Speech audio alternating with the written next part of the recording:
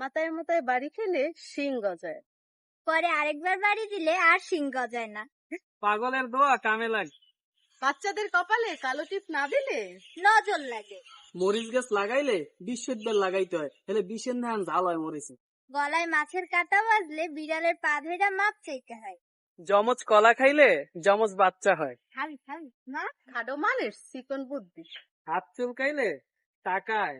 গাছের পাতা ছেললে গাছে কই এনে দেয়। ও ভাই ছেললাম কিন্তু। লম্বা মানুষের হাঁটুতে বুদ্ধি। ভাতের শেষ নেলা না খাইলে নদীতে পড়ে। একবার খাইলে গরুতে গুতা দেয়। বেন্যা রাত্রে স্বপ্ন দেখলে সেই স্বপ্ন সত্যি হয়। বাচক লাফাইলে বিপদ আছে। পেঁয়াজের ছোলা চুলায় দিলে নখের এই উপরের চামড়া ওঠে।